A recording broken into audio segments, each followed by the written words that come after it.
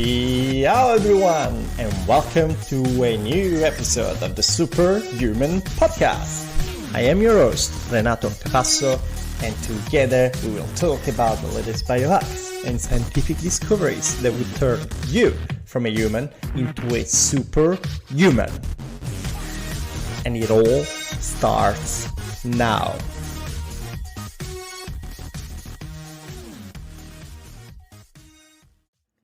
Hello there, my dear biohacker friend, and welcome to a new episode of the Superyouman podcast with an amazing guest. Today at the show we have Tim Gray, better known as Team Biohacker. So he's the leading biohacker in the UK, but also the founder of the Health Optimization Summit, which is this live event, the biohacking event, one of the biggest in the world, for sure one of the biggest in Europe, where you have all the top leaders, biohackers around the world, talking about latest technology and latest hardware and tips and new products that you can get for enhancing your health and performance. Specifically, in this episode, we're going to talk about really a lot of stuff all related to biohacking. And this episode is very interesting for all those ones who want to start to become biohackers tomorrow, but also the more experienced biohacker who just want to fine-tune their results and try very high-end stuff.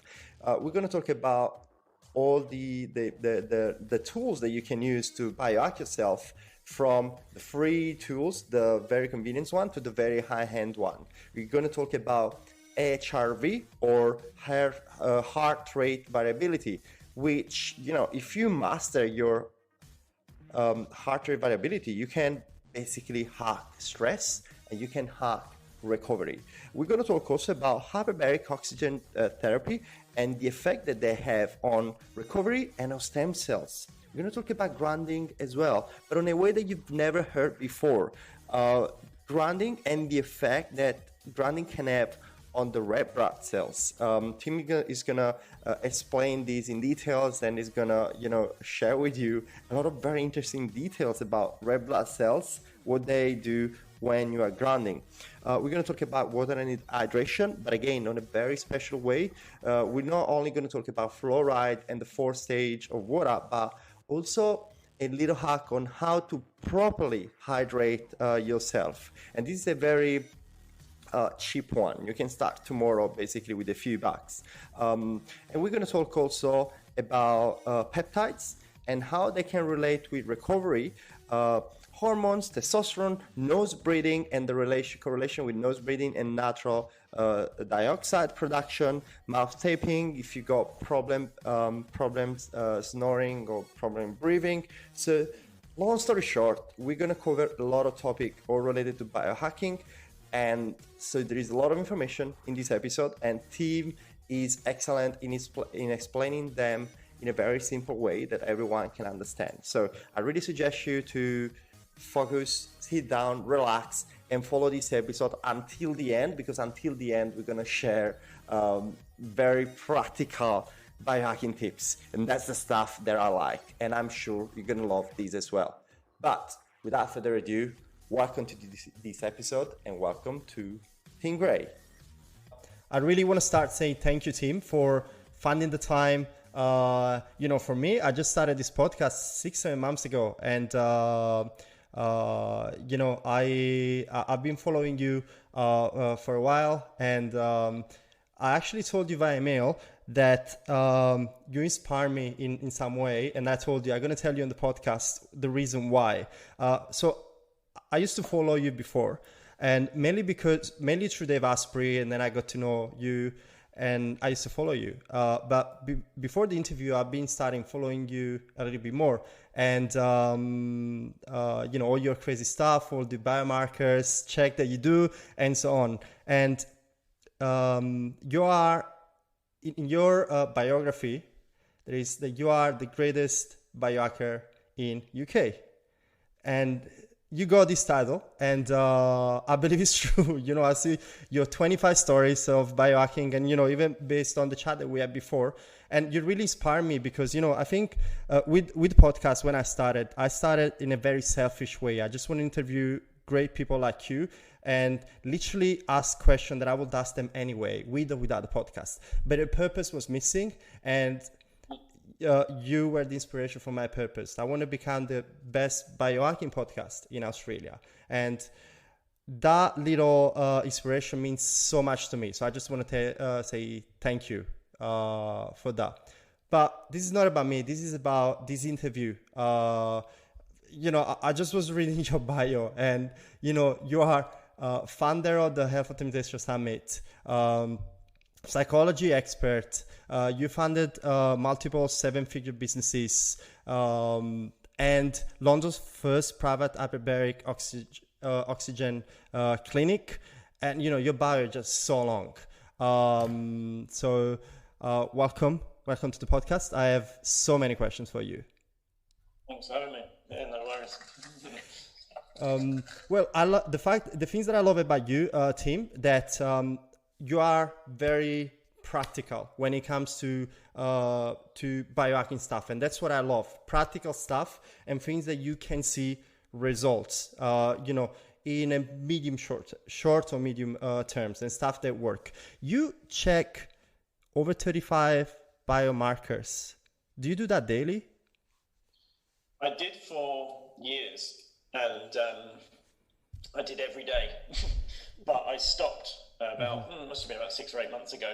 Okay. I track various other things like my aura data for sleep and whatnot, but I stopped about 6 to 8 months ago because it was driving me insane, because you become too focused on the data and sometimes don't let go of things. But it's also really important to track certain things, like with my goal at the moment is to build up my body, and doing so by eating by gut feeling, literally, making sure that you have the right amount of food, the right macros and the right calories for your goals. If you do it based on gut feeling, you're not probably going to get there unless you just eat over. So my job is always to be the most optimal I can possibly be with everything. So when I study stuff, sometimes I study it to death into the super detail, and sometimes I trust the heuristic of other people, such as Dave or Ryan or other people that I'm friends with or whatnot. So I think if you don't, what you don't measure, you don't manage, basically. So with my diet at the moment, I know that I'm trying to hit, while I don't think calories are important, because there's no such thing as a calorie really, it's just a marker. I try to hit 3,000 a day, and I'm trying to get 250 grams of protein a day and 250 grams of carbs a day, and around about 100 grams of fat. That's just so that I can bulk up very quickly, and it's working very, very quick. I mean, I put on 8 kilos this year now, and most of that has been in the last 2 months, 2.5 months. Cool. So my point is that by tracking these things, you can really keep a marker on where you are and then optimize accordingly. But at some point you need to then go, I'm letting go of it, because if you become too focused on the detail, your mind becomes too busy and you get stress response. So, and I find this very common in the biohacking space. A lot of people are super detailed, care about every single little symptom that they have, every little bit of data, and they start getting crazier and crazier and crazier, opposed to letting go of things once they fix them. So tracking 35 points of data I did for a very, very long time, until I was like, actually now I can trust my gut feeling because it's calibrated to that data. Now I'm doing the same with my food. That's good. I think, I'm totally with you about, things that sometimes they can start becoming a little bit overwhelming. But on the other hand, I think that those 6 months or whatever period that you've done, you can kind of now associate a certain feeling to a certain feelings or how you feel to a certain piece of data, just because you've done it so many times. Just to give an example, with heart rate variability, I have my Oura ring for a while now, and I look always at the data. I love it, and I think it's a great piece of device. Now, when my heart rate variability is out of whack, I can kind of tell before looking at the data. And just because, looking at the data, you look at the data and then you kind of trying to pay attention how you feel. And then I won't say the data becomes obsolete, but you can kind of improve your sense of how your body is doing for certain metrics.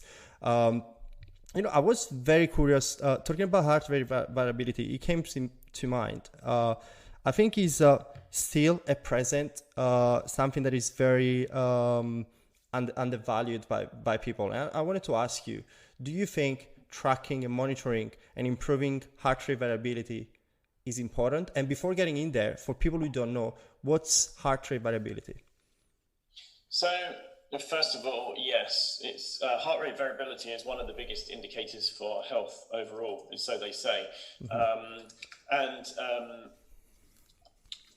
Basically, I've been tracking it obviously for a very long time using my Aura.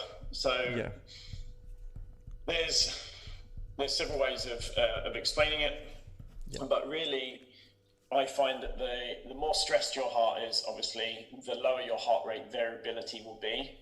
And I find, for instance, when my heart rate is at its lowest, resting heart rate, like when I'm sleeping, my heart rate variability is at its highest. Now, when you have an infection or you're recovering from surgery, you find that your heart rate variability tanks because your heart's working harder to be able to fix things that it's repairing. I also noticed that when people are under-oxygenated, obviously their heart has to work harder to pump the blood around faster to get oxygen around the body, which then stresses the heart. So it's a good indicator, obviously, of heart health. And I found that when I was in, for instance, Croatia, where I was for many weeks, and I was swimming in the sea daily, getting plenty of salt water and hydration as a result, and lots of sun, and the most grounding I've ever had, my heart rate dropped 20 beats a minute. My average is usually 60 to 68 beats a minute, and it went down to around 50, which is the lowest by far for me. And then one day after I got back to London, it came back up again. So there's something obviously in the environment here that is causing my heart rate to go up, my heart rate variability to come down. So yeah, it's a really important measure. So let's say really that the higher it is, the better it is. The higher the heart rate variability, the better. Okay. I think Simland, a friend of mine, his heart rate variability is average about 110 to 150, I think maximum 200 and something. Wow. Whereas my average is about 50 with a maximum of 110. So it shows, I mean, he's 10, 15 years my junior, and he's been working on his body a lot longer. I've also had chronic health issues to deal with. But I mean, I guess really the best way to describe HRV, it's a measure of your autonomic nervous system. And it's considered one of the best metrics for physical health, determining your body's readiness to perform, basically. And it's literally the variance in time between the beats of your heart. That's essentially what it is. And the greater the distance, the better the heart rate variability, and generally the more rested your heart is.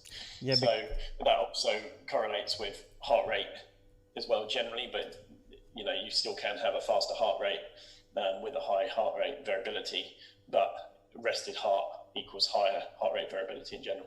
I mean, I really recommend people look into it because and track it. Because for instance, when I drink alcohol on the rare occasion, then my heart rate goes up. Like when I was a couple of years ago, when I was not so well, my resting heart rate when I drink would be about average of 100 beats a minute through the night, and as high as 110 rested, showing that the showing that the heart's really stressed, and the heart rate variability would be like 10, which is just so low. Oh wow! Now drink, it's a lot lower, but it still shows that your heart rate variability tanks because your heart's stressed from it, and your resting heart rate is a lot higher. So I think a lot of people that wear the Aura ring specifically don't drink as much because they see what it does to their scores, and gamifying health, you can see an exact marker. It's not just like, oh, I drunk and I feel okay today. It's oh, I feel okay, but my heart was stressed through the night last night and my respiratory rate came up, so it's really not good for my body. And when your goal is to have an awesome body and good health, then it's, it means that you really drink to enjoy it, rarely with the good stuff, opposed to just drinking. I'll have a glass of wine before bed every night, which is what a lot of people seem to do.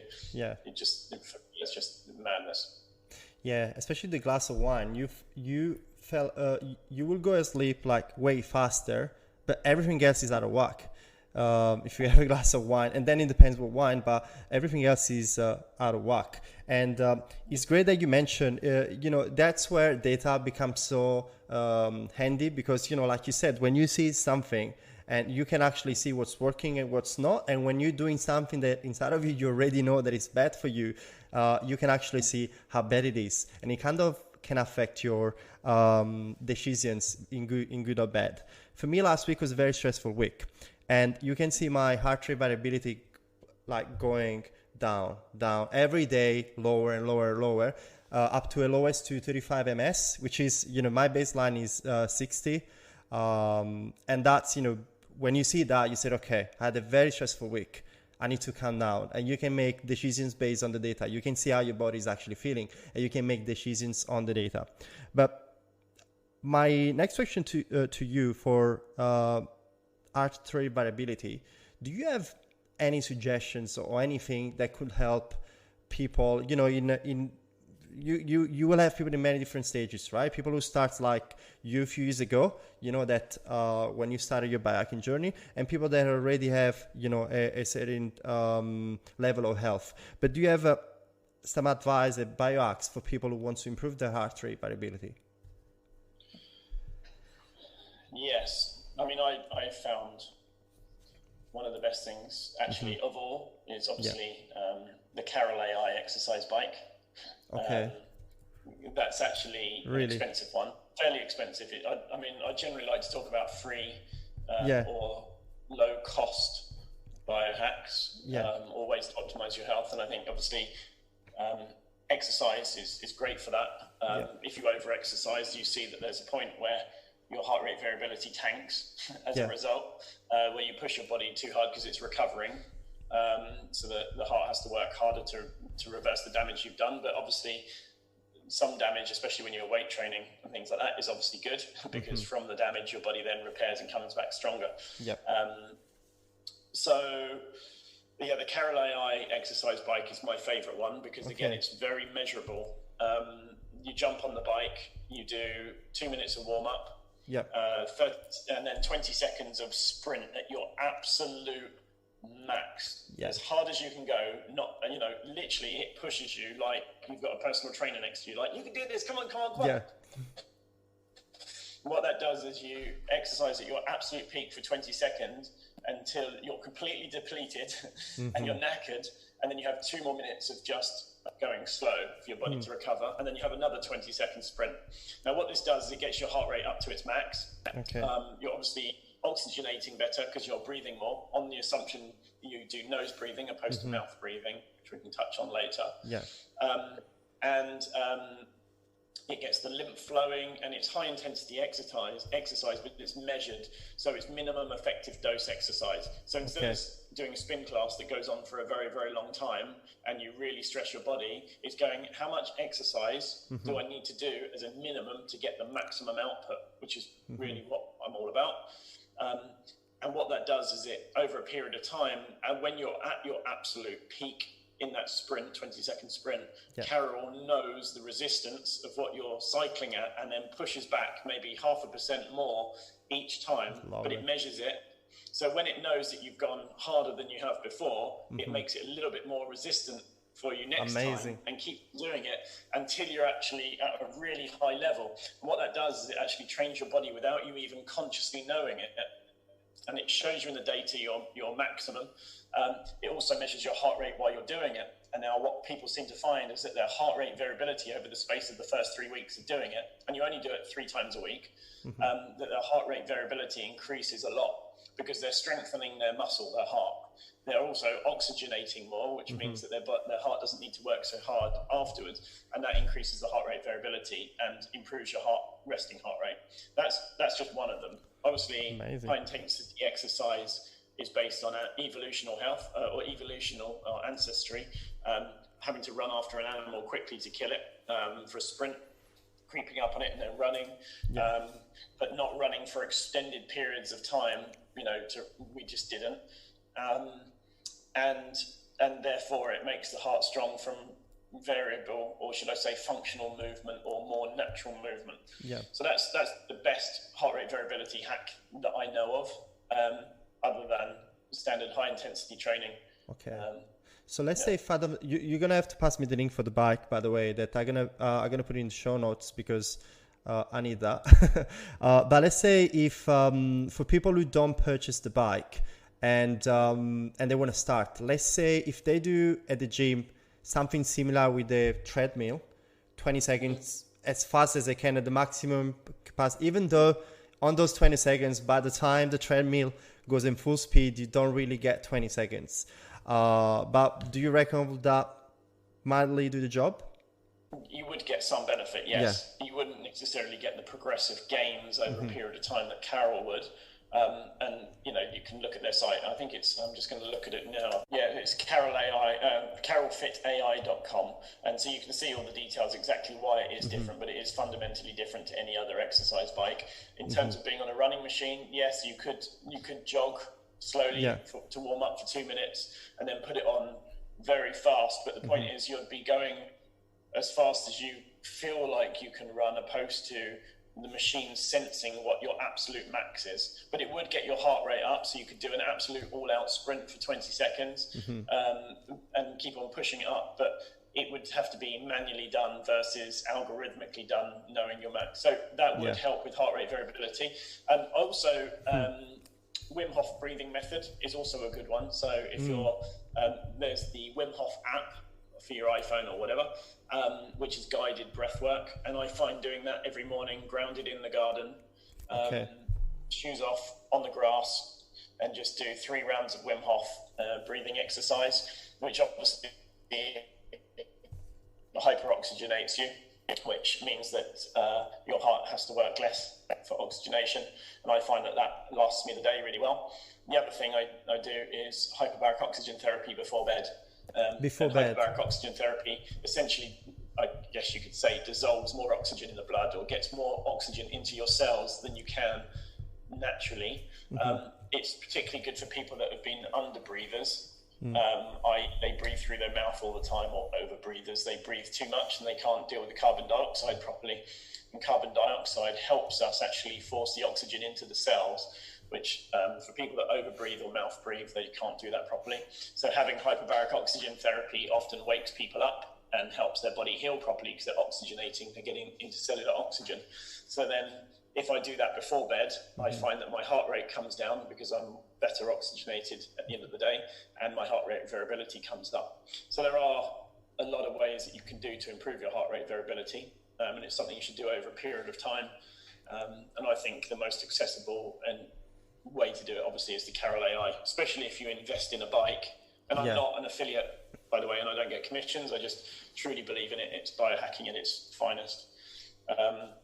If you invest in a bike like that, you're going to use it more and you're going to respect it, opposed to just something that you can just leave at the side of the room and not use again because you got it for free.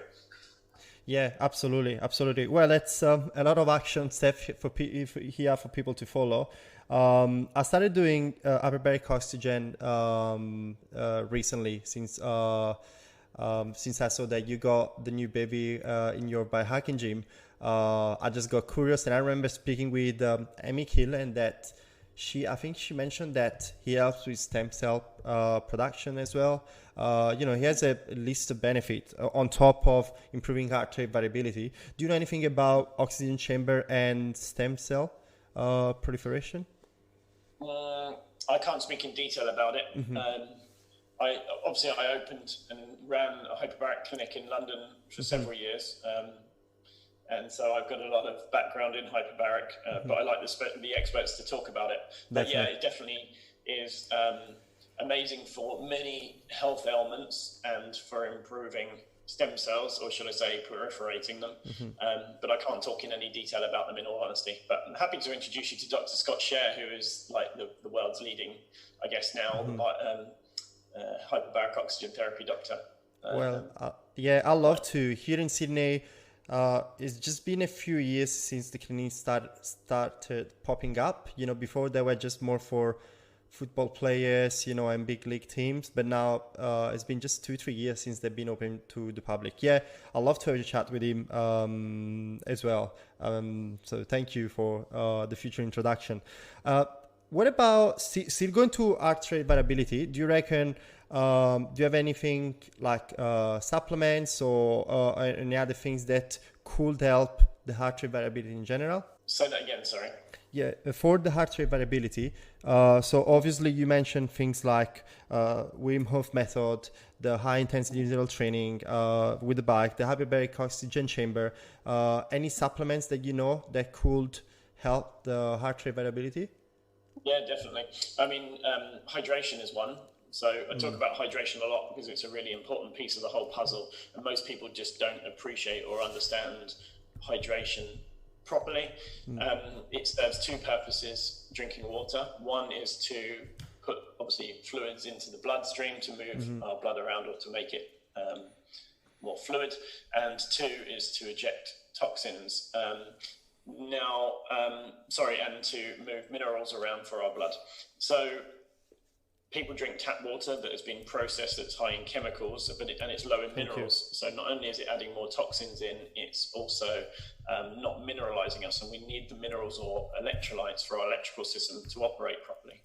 So if you're dehydrated, your heart is having to work harder, so it's more stressed, therefore lower heart rate variability and probably higher resting heart rate as well. So I am a big fan of using Celtic sea salt. I put it in every drink. This is an amino acid drink that I make every day, and I put a big load of Celtic sea salt in it 3 or 4 times a day, which keeps me hydrated properly. It means I can drink less water. I only pee when I've got too much fluids inside me, and I stay hydrated and mental clarity as a result. As a result, I find that really helps. A lot of people say that they're deficient in magnesium, and it's very common. Magnesium is obviously a mineral, and if we're deficient in magnesium, we don't sleep so well, and we find higher heart rate and lower heart rate variability as well. So hydration is a supplement, I guess. Celtic sea salt is my favorite by far. Also ensuring that you're eating a clean diet of clean food, and I would say eat the ingredients. Yes. Like 1 or 2 veg and 1 or 2 types of meat or fish with each meal, because that really helps obviously lower stress to the liver, which is better on the digestive system and better for the heart health in general. So that's, a longer term thing, but really eating clean is super important. Yeah, definitely. Yeah, I could go on. There's hundreds of ways to improve heart health, which would obviously increase heart rate variability and resting heart rate. Well, I'm taking notes here, and just on heart rate variability, my piece of paper is just full already. So yeah, I love Celtic sea salt, by the way. I also put that on the steak every time I cook it. It's just one of my favorite ones. Hydration. I'm glad that you mentioned hydration, because there is so much misunderstanding around the topic, and in a sense, also so much information about the topic that people are confused a little bit, right? So you mentioned before tap water, right? So we won't even start mentioning what's in tap water. Let's mention just fluoride, just to give an example, right? Which is considered a neurotoxin. But, even some people, filtering your water is, everyone should know by now that you should filter your water. And if you're getting plastic bottled water, you're kind of compensating in a sense, but you are getting other bad stuff in another sense. There was a study in New York a couple of years ago that found over 10,000 pieces of plastic in the average plastic water bottle. So that's scary, that's dangerous. But assuming that people use a proper filter, then I think, and correct me if I'm wrong, Tim, there is another problem. Is the filters, of course, they filter everything. And then you're going to have the fluid, the water, but it's going to be, like you said, demineralized. So it's important if you use a core filtration system to then filter the water first, step number 1, and then mineralize the water, step number 2. Do you agree? Yeah, 100%. Yeah. 100%. I mean, you can strip out, going back to the purpose of drinking water is to mineralize your body, which is why we call it mineral water, but most bottled water is poorer quality and low in minerals. And the more deficient in minerals it is, the more water we need to drink to get that level of minerals, which means the more we pee, which means the more we flush out minerals. The water industry knows this.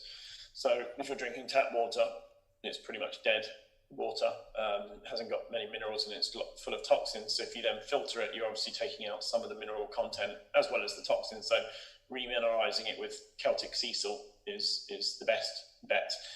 Why Celtic sea salt specifically is because it's the most similar in terms of composition of what we have in our blood. And that's partly the belief is that it's because we evolved from the sea originally, so our mineral composition is very similar to that of the sea. And Celtic sea salt is left behind by evaporation, so it's slightly different, which means its mineral composition is different. And more like ours. So it's between 78 to 82 trace elements and minerals in that salt, opposed to table salt that is just one, which is a poison and a chemical byproduct, which is why adding something like Himalayan salt, which again is much more mineral rich, but still is quite high in iron and various other things. Celtic sea salt, in my opinion, is the purest or the best for us.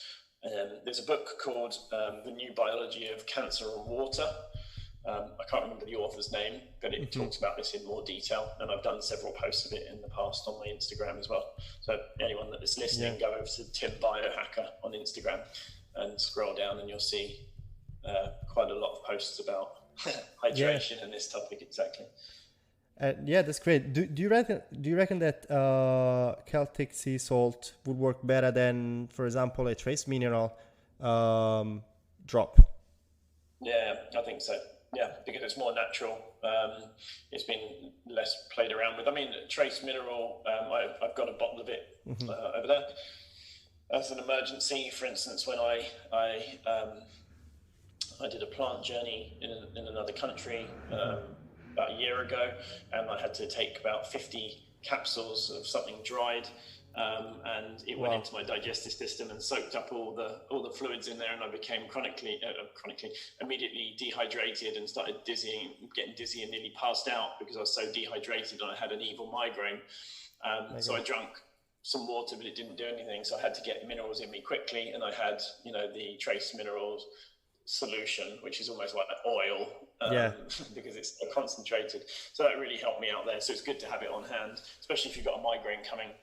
But really, on an ongoing basis, using Celtic sea salt that costs €3 a tub, definitely, and sprinkling into a glass of water 3 times a day is more than you need, more than enough.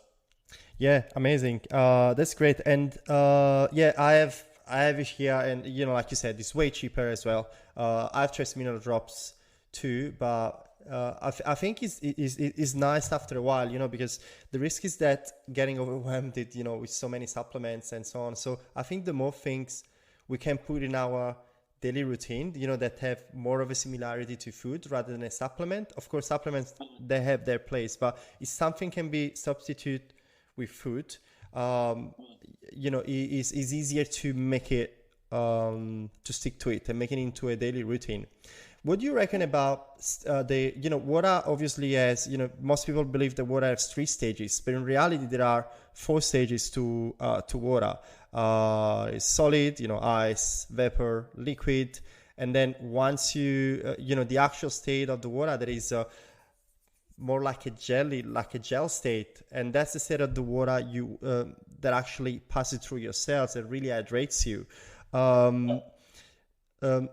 Do you have, and I know you do, because I know you do something almost every day in a recent story that can help with that, but do you have any suggestions to increase the absorptions of this 4th stage of water? Well, yeah, so 4th phase of water, or EZ water, as Dr. Gerard Pollack calls it, is the fourth state of water, which is a controversial topic, but he's shown, I guess, evidence that it's the case. I mean, the belief is that when water is in the body, the heart isn't necessarily efficient enough to pump the water into every area and the blood into every area, and it's the fourth state of water that it moves on its own. And you can see this by shining sunlight into water, and you can see that it actually starts flowing. And again, I'll talk about this in a fairly high level. When we get sunlight, obviously from the sun, and what that does is that charges our water, puts energy into us, and that helps it obviously flow. That charges the water up, which obviously helps with our energy production for our mitochondria. There are other things as well, such as when you look at red blood cells under a live microscope, you'll see that for some people that their red blood cells will all be clumped together and not equidistant. And when you start grounding, which is when you get free electrons, the negative part of our battery, then the red blood cells become equidistant, showing that the charge changes in our body. So we get the positive from the sun, the negative from the earth, and we're a bio circuit board in between the two, or a bio battery. Very similar to how plants work, obviously. And we are, I like the quote, we're just house plants with complicated emotions. I love it. We work obviously with photosynthesis and getting our energy from the sun, but for some reason people seem to think we only get our energy from our food. Well, the energy from our food comes from the sun originally, and we need energy-rich food. So basically, the EZ water is the state of water that helps give us energy, or helps our energy production. And if we're drinking poor quality water that's not structured or live, then we're not going to be as healthy. So changing your water, considering we're, a large percentage of us is water, making sure it's the good stuff is super important. And because we need the electrolytes within that water to help move our electrical signals, I guess, then it's one of the best things you can do. In fact, I talk about sleep optimization or circadian rhythm optimization as my first biohack, my most important one to get. And then second after that is hydration, and this all fits together within that. Actually, Dr. Gerard Pollack will be speaking at my summit in London next year. So I'm very, very honoured to have him come to London to talk about this. That's big. I was asking to Sarah about the summit. I really want to be, for now I'm stuck in Australia. It's not a bad place to be stuck at, especially now because it's summer here. But I really hope that travel would be, and events can be done soon enough. And I'd love to be at the summit. I can tell you already. And we're going to talk later on also a bit about the summit as well, because a lot of my audience is from Australia, but they all go to Europe in summer. So a lot of people will love and appreciate that. Structured water that you mentioned before, that's another thing that makes sense, right? Like sometimes we just fill up our bottle with water and it just stays there for, hours before we drink it. And obviously, if we look from an evolution perspective, we didn't have tap water. We didn't have tap water. We used to get water from a river or something. That the actual molecules of water, if you look at it under the microscope, changes when you structure your water. Would you like, for people who don't know, would you like to tell them how to do that and what it is? Well, there's many ways. There's many ways of doing it. I actually these days use the Superyouman device, which they say that you can structure water.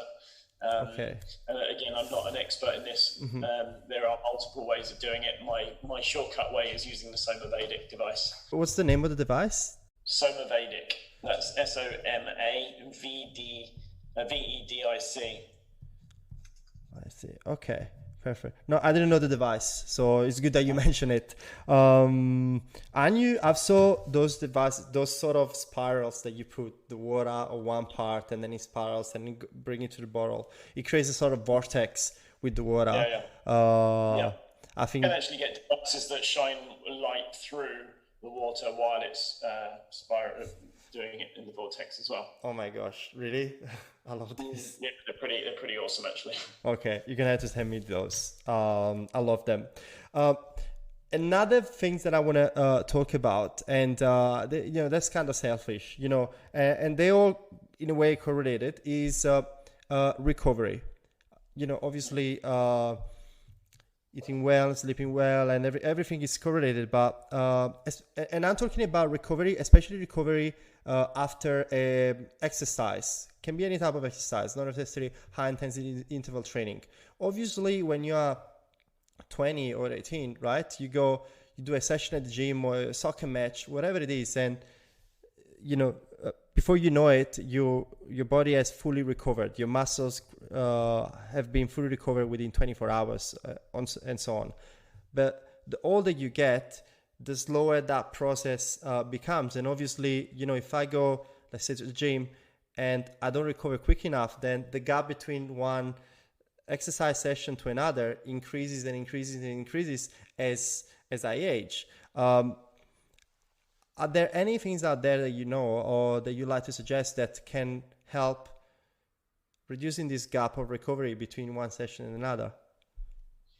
So I'm not an expert in exercise or the body, should I say, in terms of exercise and fitness. It's a fairly newish area for me that I'm studying quite intensively. As you know, at the moment, I'm testing my body because I've always focused on mental clarity first, because my assumption was if I have a clear brain, opposed to brain fog, then my brain can work out the right strategies to fix the body, because I was really chronically ill starting 10 years ago. So mental clarity came first. Second became energy, because energy meant better health, but also meant I could move around and continue on with my life while using my brain. And then immune system, so that my body repaired itself. And then last was the body in terms of composition and building. So I started this time last year, I was 59.9 kilos, which is super light because I was fasting and eating once a day, thinking that was the right thing for my body. In fact, I was catabolic opposed to anabolic. I then upped my eating and I sat at about 62 kilos. And then I started pushing my body. Now I have the energy, obviously, and building it up. And now I'm at 68 kilos, which I put on 2 kilos in the last 3 weeks, I think, something like that. I've upped my eating, my timing. I'm intelligently eating in terms of really smartly selecting the nutrients I need, the macros, and looking at calories as well, and tracking it all, as we were discussing earlier on. But then stressing the body enough for it to heal, i.e. doing the right weights and the right exercises, and my body is performing very, very, very quickly, actually, which I'm very, very happy about. That's great. In terms of reducing recovery time, there are the basic things, which hydration is a key thing here, because if you're helping your blood to do its job to repair the body, then your recovery time will be significantly better. If you're breathing properly, and again, Wim Hof or Hyperbaric are two big wins to help the body heal itself properly. You only have to put a plaster over a cut on your hand to see that it slows down the cut. Sure, it will stop it bleeding, but it won't heal fast. And then you rip the plaster off and it starts healing. The body is like that from the inside out when you're oxygenating properly. So those are two very basic things.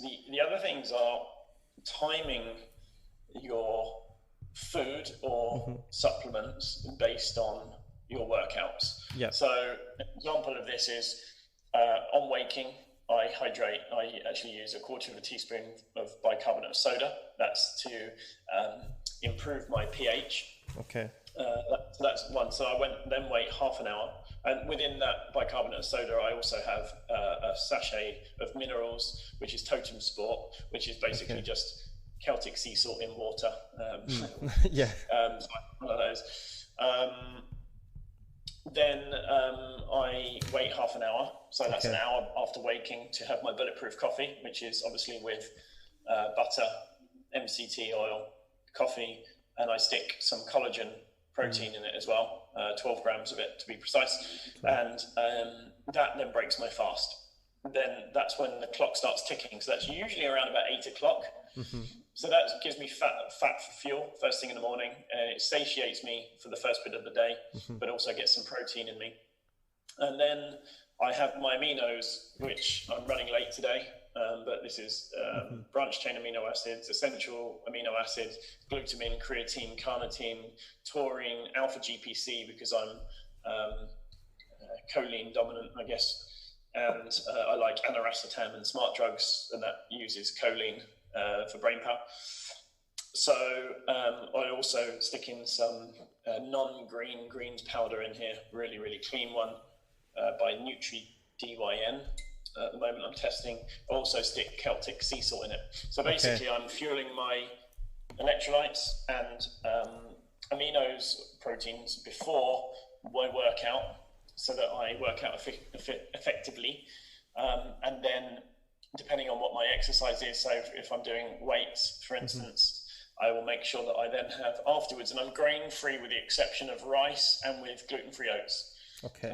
So after a workout, I will either have sweet potato mousse, which is steamed sweet potato with collagen, fish-based collagen, and acerola cherry blended at super high speed, so it comes out like fluffy, like mousse, or if you freeze it, comes out like ice cream. So I would do that after a workout, just to give myself the carbohydrates to fuel the muscles for the depleted glycogen after a workout. So it's really timing it to give the body what it needs at the right time. So the building blocks before, do your workout with the right, obviously, the hydration, and then fuel afterwards with the right carbohydrates. So again, I'm fairly new in this. I've only been doing it for half of this year so far, but this is from the learnings from Dr. Dominic Nitschwitz, who's my friend, biological dentist and bodybuilder, and also working with a couple of other specialists as well. So timing is critical, really critical, and those things will help your body recover faster and grow quicker as well. But the other side of the coin is some people that work out 5, 6, 7 days a week, they're working out, they're constantly stressing their bodies, and they're not giving it a chance to recover and heal. It's like having a cold, but still carrying on about your day and pushing it and pushing it, pushing it. You're just not going to recover from it, which means that you don't move forward quick enough. So if you work out hard and then you recover, and then you work out hard and then you recover, and that recovery is important. Speeding up that recovery is also a smart move, obviously, as we're discussing, and around minerals and oxygenation, in my opinion, are the best things you can do, along with the right proteins and dietary things. So I hope that helps. I mean, you can go funky with things like, for recovery, peptides. Yes. Various peptide therapy, or human growth hormones, or SARMs, or any of these other things that help recovery and growth. But I think if you haven't got the basics right, then you're not going to progress as quick. Yeah, and thank you for specifying that, because a lot of people they always want to make the jump, to the most, fancy and the latest things. But, like you said, cover your basics first. And after you cover your basic first, you can bring stuff to the next level to improve. Don't start, this is for saying, don't train every day, eat crap, and get peptides to, because that's like putting the Band-Aid on a broken bone. So, yeah, I'm glad you mentioned that.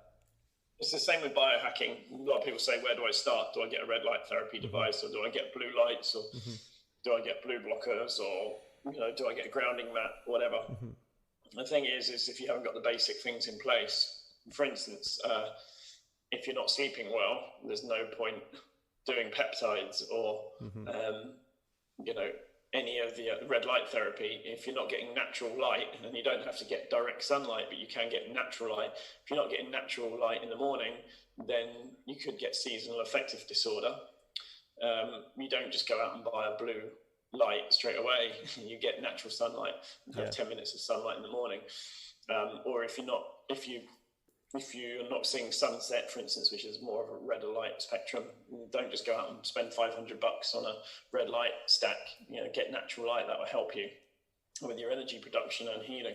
So, again, another one is grounding mat. I have a grounding mouse mat and a grounding floor mat and a grounding pillowcase and grounding shoe straps on my shoes and all these things. But I get out in the garden and ground for 20 minutes at least in the morning with my coffee, and in the evening as well. Every single day I connect with the earth to get the free electrons, which is the most powerful antioxidant known to man, and helps the body reset and work properly.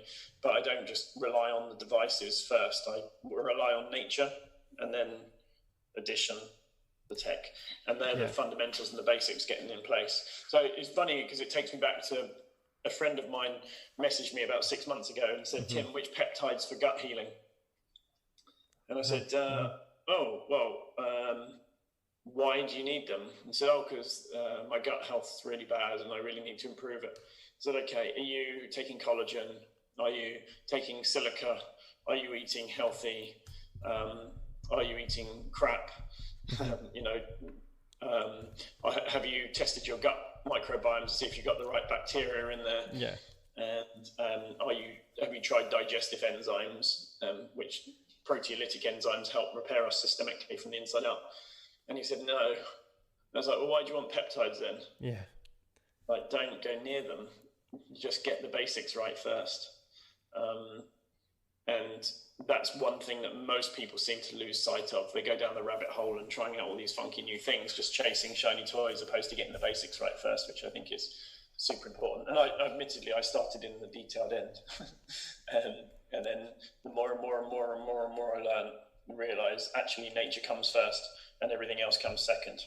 And biohacking is knowing what tech or advancements to use to mimic nature.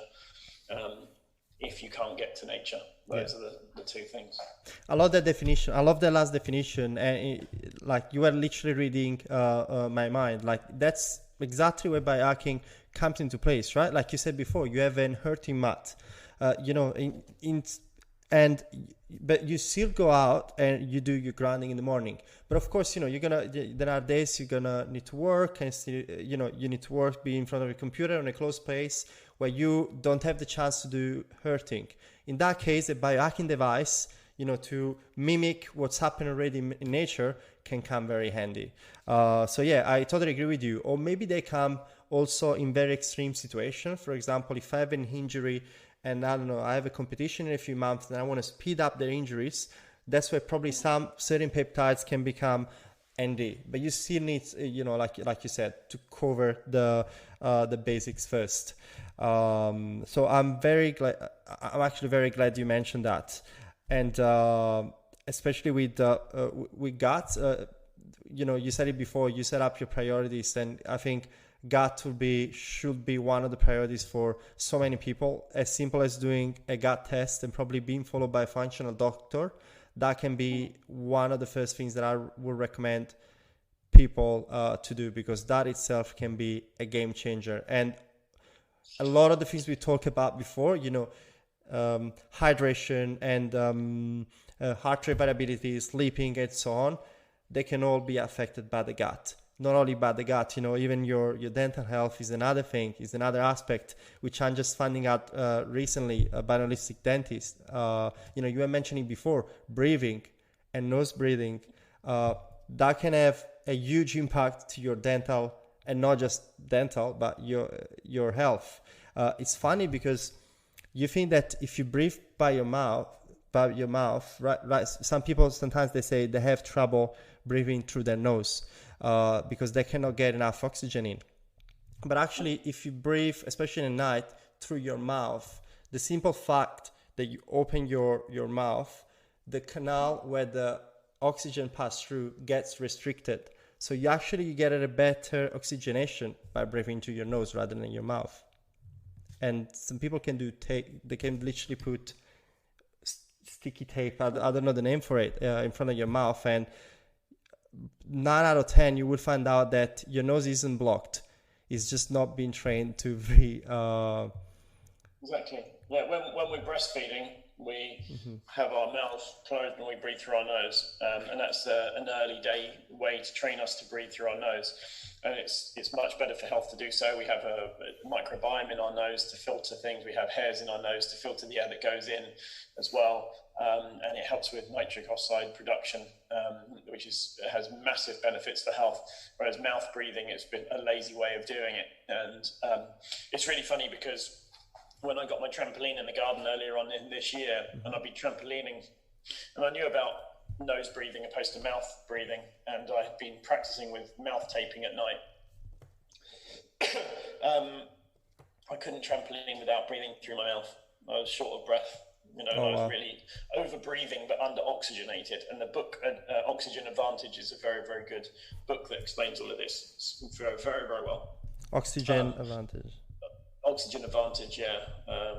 And I couldn't trampoline without breathing through my mouth, and I was out of breath quite quickly. But after mouth taping when I sleep and mouth taping when trampolining, I improved somewhat.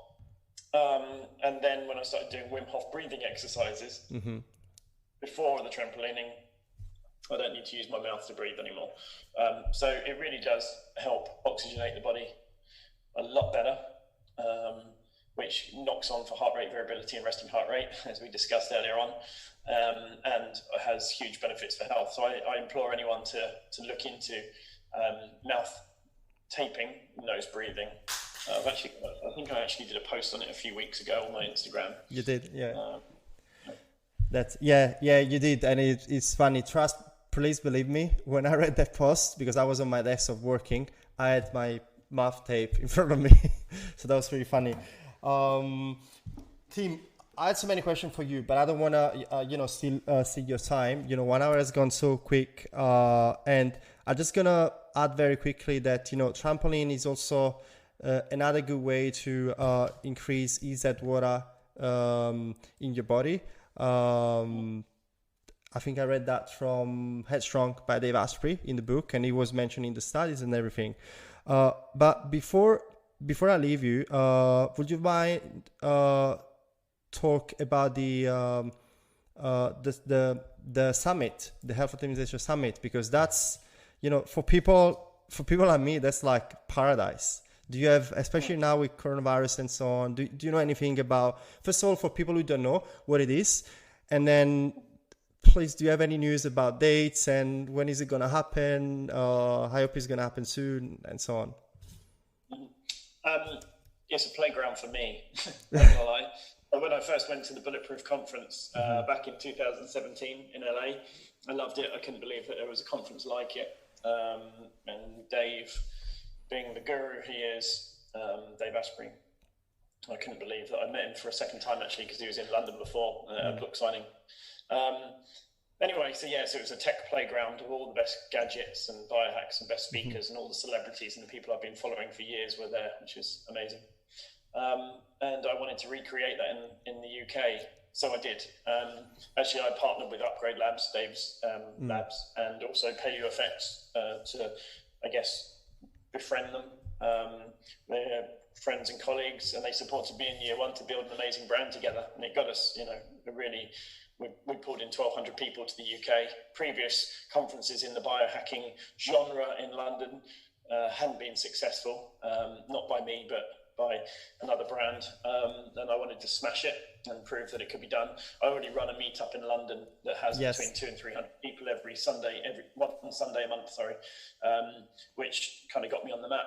And then Upgrade Labs and Martin Tobias, who was the CEO there, supported me on it. And then it was a bit of a big event, 2019. So really, I hand selected all the speakers around the best topics of health and the best exhibitors as well, and it went smashingly. After year one, Dave Asprey has personally invested in the summit, so he's now a major stakeholder and my business partner, which is amazing. So I'm very, very happy. My hero is now, I guess, my business partner, and we've got an incredible lineup. Dr. McCullough is one of those. Paul Saladino, who wrote the Carnivore Code, Gerard Pollock, Fourth Phase of Water, Dave Asprey, obviously, Vishen Lakiani from Mind Valley. Yeah. I mean, the list goes on, just, the best lineup that I could ever pull together. And it's all in one place, 60 exhibitors, 40 speakers, 2 days, a VIP and speaker dinner, which is just basically having dinner with all the speakers, which is amazing as well. So we're just working on that at the moment. We're just revisiting dates because of Corona times, unfortunately. We'll announce potentially a new date slightly safer in the further future very soon. That's amazing. Well done.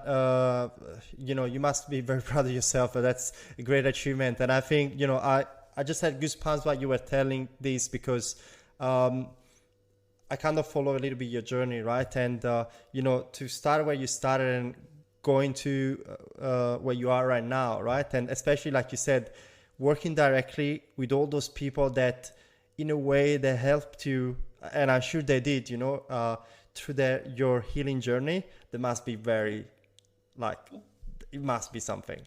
I think we all have a little bit of imposter syndrome. I've enjoyed the ride, and it's been amazing getting to know these guys, and speaking on stage with them is awesome as well. But yeah, I do pinch myself, of where things have got to, but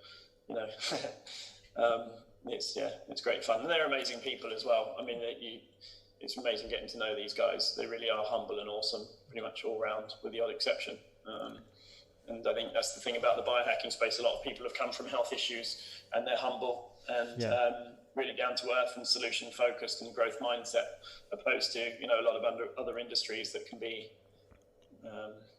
not quite so awesome. Yeah, I agree with you. And I want to mention one that I think I want to mention Emmy Killen, who was probably my first was my second episode of the podcast, but was my very first person who I interviewed. And the podcast was not even out, and I had 2 followers on Instagram, my mom and my sister, and 2 downloads on podcast, my mom and my sister. And I approached her. I said, "Hey, would you mind having an interview with me?" And she said, "Yes, yeah, let's do it." And she's one example, but I'm sure there are others like this as well. So yeah, that's amazing. I love Amy. She's amazing. She's absolutely awesome. And for people that want to know more about the summit, have a look at summit.healthoptimization.com and Health Optimization Summit on Instagram. That's where we're most active. And also for my personal journey, I'm on @TimBiohacker, which is where I share most of the information and cool things I'm up to, and speakers and new technologies and supplements, and that's great. My journey. And I'll post everything on the show notes, so people just go and check the show notes, click everything. I'll also post some of the things that we mentioned on this episode, and I'll leave you by saying that we need an Health Optimization Summit in Australia as well, please. So I know London is very busy, but once London is settled, we need one in Australia too. What I'm saying is watch this space. Yeah. Alrighty, Tim, thank you very much again. It's been an absolute pleasure, and I'll let you go. I'll let you go with your day. But thank you very much for being here. Cheers. Hey there, thanks for listening. Before we conclude, I'd like to remind you something very, very important.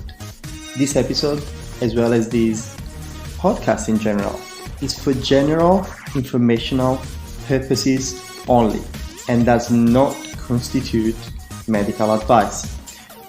Listeners should not disregard or delay in obtaining medical advice for any medical condition they may have. Please, if you have any medical condition, consult your physician first.